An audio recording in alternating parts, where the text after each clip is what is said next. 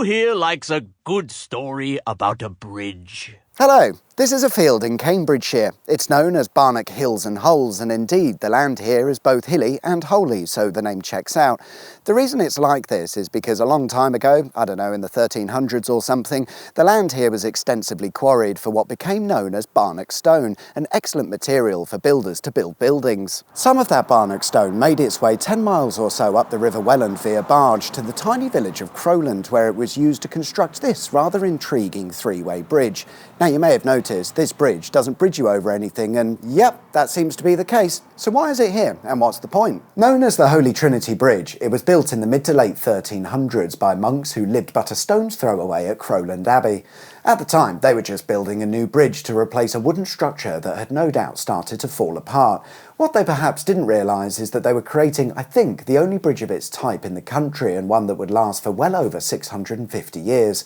Today's modern bridges are usually expected to last maybe 50 years if you're lucky. Of course, if you're going to all of that trouble to build a bridge, you'd think there'd be a good reason for doing so, and back then there was, because Crowland used to have two rivers running right through it, dividing the village, making getting around a bit of an arse.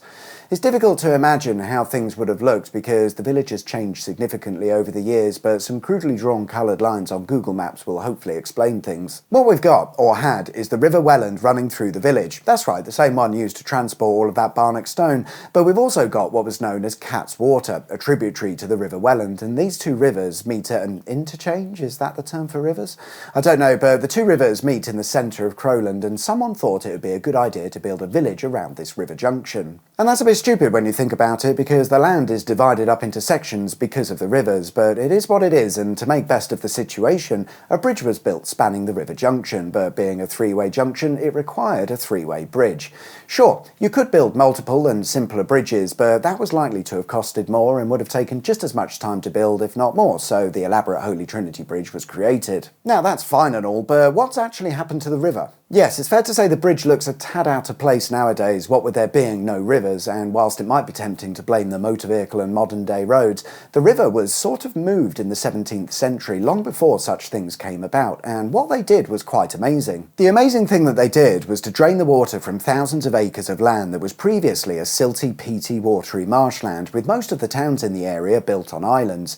The area is known as the Fens, and the plan was to create vast areas of land to grow crops, because the watery marshland was rich in soil nutrients, and to get access to the soil and plant things, the land needed to be drained. This was done by constructing a system of drainage channels and windmill water pumps which would move the water into the larger rivers, such as the River Welland.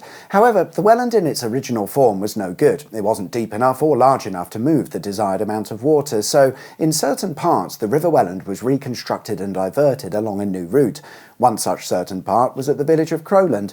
The result is a much larger River Welland a short distance to the west of the village, and in the centre a three-way river bridge that can no longer carry out its intended purpose because someone came along and moved the river. But maybe it now serves a new purpose as a storytelling device. Not only does it tell us about the rivers of Crowland and the draining of the fens, but also of the skilled monks who built this impressive structure in the 1300s, and how using a few simple tools you can create a one-of-a-kind item that so far has lasted for over 650 years. Thanks for watching.